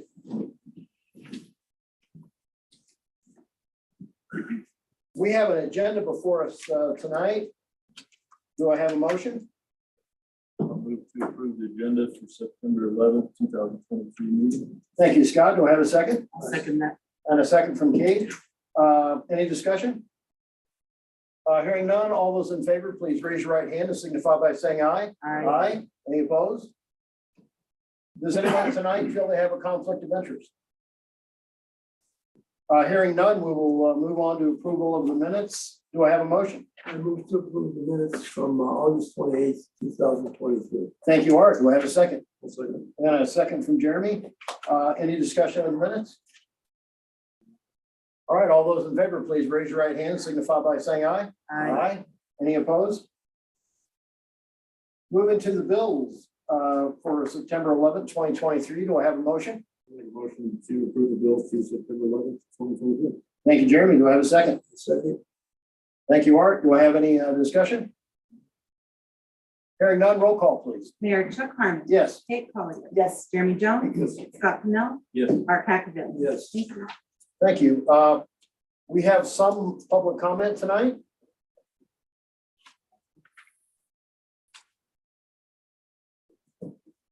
Thanks, Andy.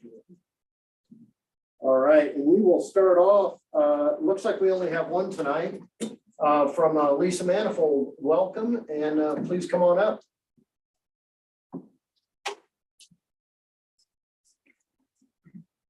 Please state your name and address for the record. Yes, it's Manifold 1002.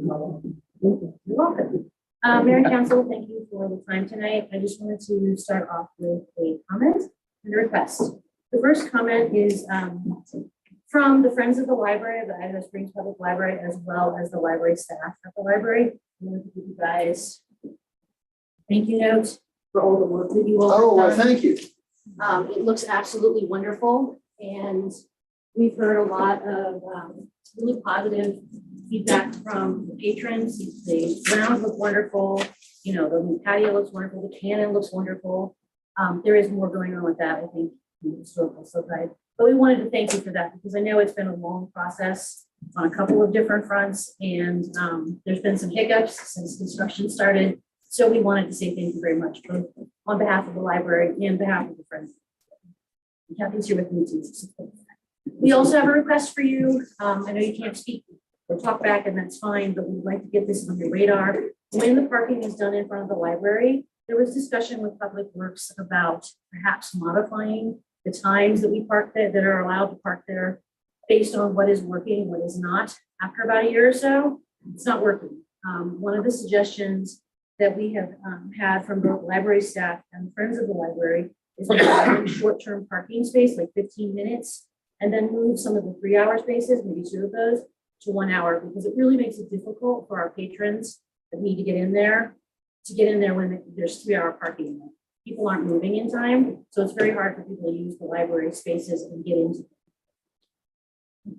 Yeah, on that, I just would like to say I've heard from a lot of patrons that, and not that we are in competition with Georgetown at all. We are happy that we are all in the same county and share patrons, but they say we go to Georgetown even though we live in Idaho Springs to go to the library because we can't park at the library. So we would really like to put that on the wish list of maybe with Public Works or whomever we need to talk to revisit this. Kathy and Lisa, you know, normally we don't have any back and forth with public comment. It's our time to listen. And of course, everybody's given 3 minutes. I would like to make a special exception tonight because we actually have done some work on this. Jonathan? Yeah, I'd just like to say, we have new signs that are going to come through the whole parking district that are going to change the whole look of the sign. And then at the library, our intention would be for 1-hour spaces for all of those spaces, to change all of them to 1-hour use. But if you want to have a 15-minute space, we can do that too. So I can talk to you guys about that offline. The other thing is for city residents, they are allowed to park anywhere north of Center Alley right now without restriction. And I know that there's places that are closer and farther away that are north of Center Alley. But we are more than happy for patrons of the library if they're coming for a visit and we can work out a system with you for people to come and feel confident that they're not going to get a ticket. For a resident, we'll work with residents to make sure they can access community resources while they're in state. So maybe I could touch base with you in the next few days and we could make sure that plan works for you. And if there's something we need to change, I'm happy to. Well, I would definitely like to have Lydia on this because this, you know, is definitely her wheelhouse. Okay. But we would be very open to that because it's a concern. Cool. I'm happy. I'll give you, or maybe I'll check contact Libby and copy you. Yes. Okay. Please. Thank you very much. Well, thank you very much. And I think we still kept it within a few minutes. So We did. that was very kind of you to come and tell us about this. Do we have any other public comment or anybody online wishing to make a public comment? Did you? I don't think anybody else signed up. Okay, all right. We will now put on our liquor licensing authority hats. And we are going to have a public hearing about a new tavern license, Gold Pen Tavern, located at 1631 through 1633 Minor Street. And this is a public hearing before City Council of Idaho Springs acting as liquor licensing authority concerning the application for a new tavern license for Gold Pan Tavern LLC located at 1631 through 1633 Minor Street This is a public hearing. Witnesses will be sworn in before offering testimony. While strict rules of evidence do not apply to this hearing, I do have the authority as chair of this hearing to limit testimony or evidence that is irrelevant, repetitive, or cumulative. The order of the public hearing will be as follows. The deputy city clerk will present her reports and findings. Chief of police and any other city staff may present their recommendations. The applicant may present evidence and testimony. Any party in interest may present evidence and testimony. And under state and local law, a party in interest includes an adult resident of the city, an owner or business manager of a business located in the city, a representative of a school located within 500 feet of the licensed location, and a representative of an organized neighborhood group within the city. The applicant may then present any rebuttal evidence in response to any other testimony given. And throughout this process, the authority may ask questions. After all evidence and testimony has been received, I will close the hearing. The authority will begin its deliberation and make the decision by motion and a roll call vote. I now open the hearing at 7:18 p.m. And this is on an application for a new tavern license for Gold Pan Tavern located at 1631 through 1633 Minor Street. I invite the deputy clerk to give her presentation to the authority. Good evening, Mayor and Council. You have my staff report in front of you. There was a petition rotated concerning this new tavern license. It has 33 signatures on it. 26 were approved and passed. So it is a valid petition. The notice of the above referenced application was published in the Clear Creek Current on August 24th and is posted on the premise on August 10th. Thank you. Chief, do you have any comment on this particular application? It's kind of convenient that the applicant already is a business owner within the community, and it's not a business that we've ever had any issues with alcohol violations, so we would support moving forward. Thank you. I would invite the applicant. You're welcome if you would like to make any testimony or present any evidence. Is there any party in interest here tonight that would like to make any testimony or present any evidence? Hearing none.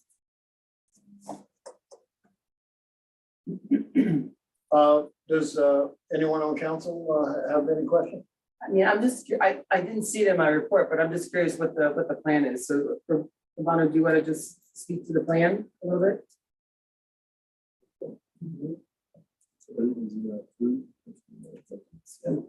Please state your name and address for the record. 2039 County Road, Colorado.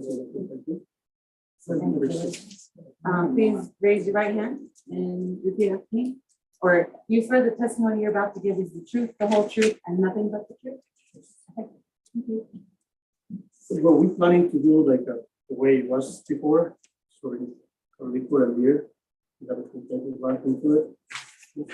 We want entertainment in town. And just keep it the way it was. Okay. Put a little better. Okay.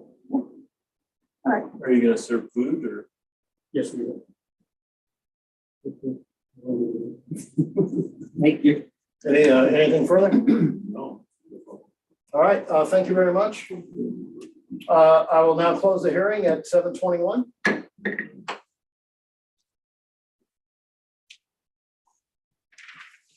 And counselors, any discussion? I would call for a roll call. Mayor Chuck Harmon, Yes. Kate Collier, Yes. Jeremy Jones, Yes. Scott Pennell, Yes. Art Capital. Yes. Do we have to read the motion, Chuck? Yeah, first. You want me to read the motion? Oh, Yeah, thank you, Kate. I'll go back and I move to approve the application for a new tavern license for Gold Pan Tavern LLC. Gold Pan Tavern located at 1633 Minor Street, Idaho Springs, Colorado, for the following reasons. Do you want me to go through the following reasons, or can we say as in the, I'll do it if you want me to, it's very long. No, I think we're good with, the reason cited in the report. Reasons cited in the report. A second. All right, any, discussion? Sorry, roll call, please. Mayor Tuck Carmen. Yes. Kate Collier. Yes. Jeremy Jones. Scott Pennell. Yes. Art Cassidy. Yes. Thank you. All right, thank you, everybody. So we have one more. Let me just, get this, paperwork here.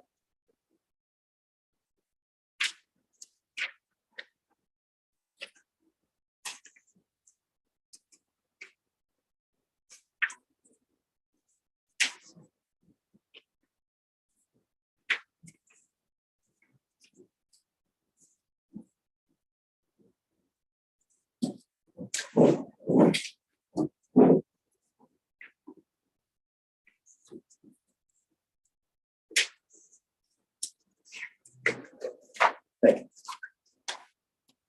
Yeah, it's lost in the packet.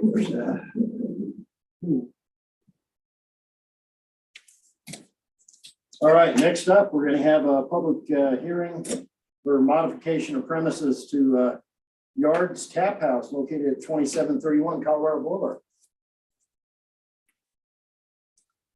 This is a public hearing before the Idaho Springs Liquor Licensing Authority on an application for modification of premises for the existing license at Yards Tap House LLC, doing business as Yards Tap House located at 2731 Colorado Boulevard. City Council serves as liquor licensing authority. This is a public hearing. Witnesses will be sworn in before offering testimony.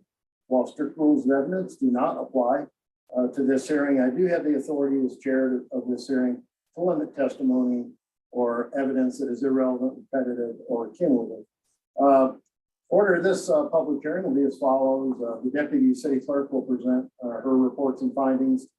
Chief of police and any other city staff may present their recommendations. The applicant may present evidence and testimony. Any party in interest may present evidence and testimony, and under state law, party of interest includes an adult resident of the city, an owner or business manager of a business located in the city, a representative of a school located within 500 feet of the licensed location, and a representative of an organized neighborhood group within the city. The applicant may then present any rebuttal evidence in response to any other testimony given. Throughout this process, the authority may ask questions.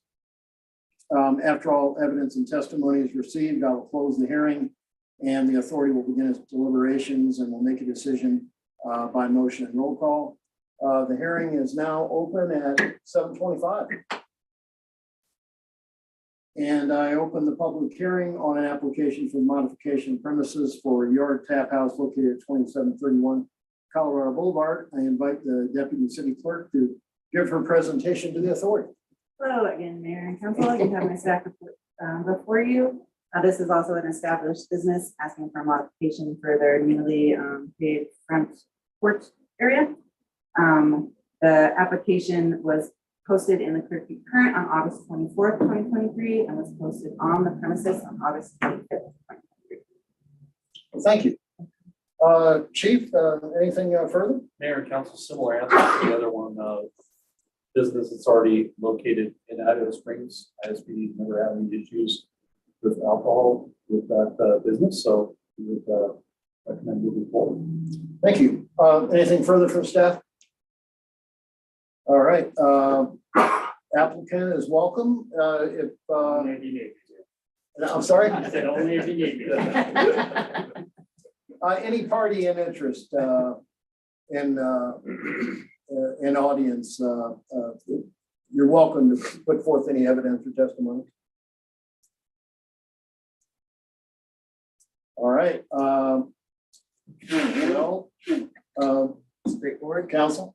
Any questions? I have a question about the outside seating area. Oh, yeah. Does it have an outside Does that have an exit from the outside seating area? Is that what I'm saying? The fence? Yeah. Yes. Yes, yes.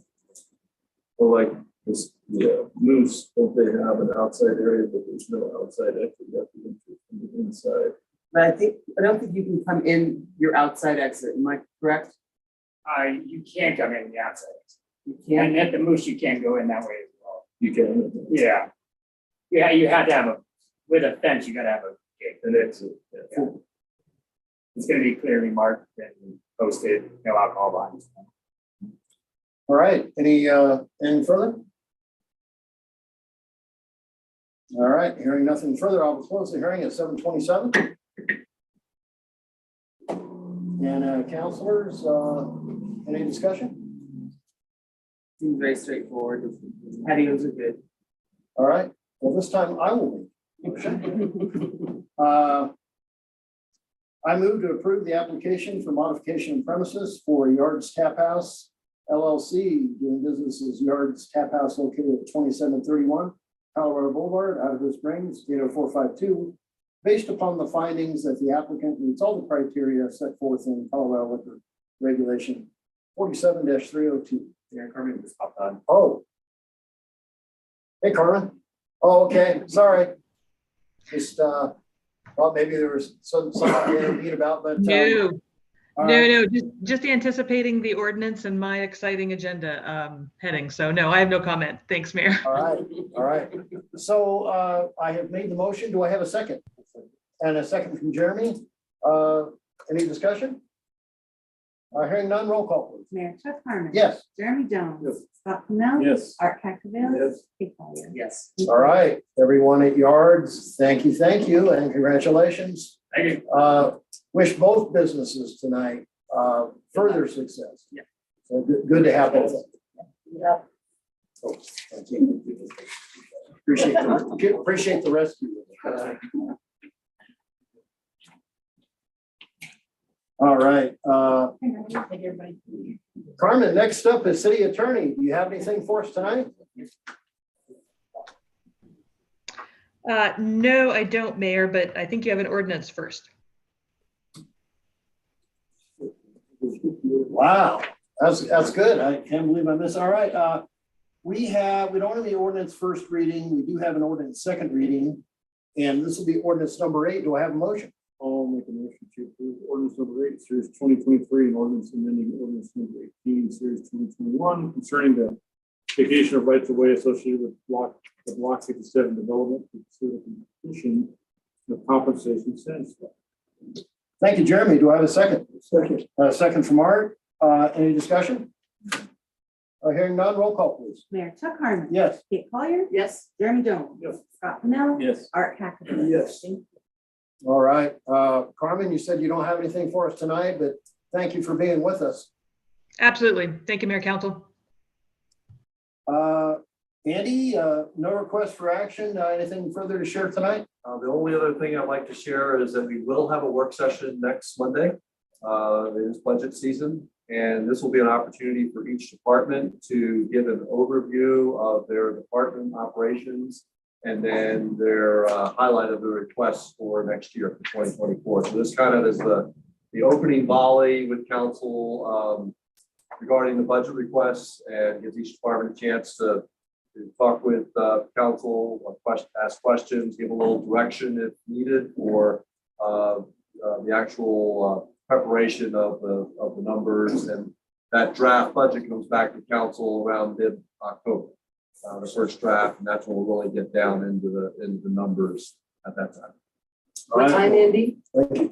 It'll be at 6 o'clock next Monday, and that'll be the only thing on the agenda. It's just budget. Okay. All right, next up, Deputy City Clerk Wonder, I want to thank you for your report. Actually, Jonathan Kane told me the sales tax was coming in at 562,000 and change, to which I was certain I had not heard him correctly, and I had him repeat it.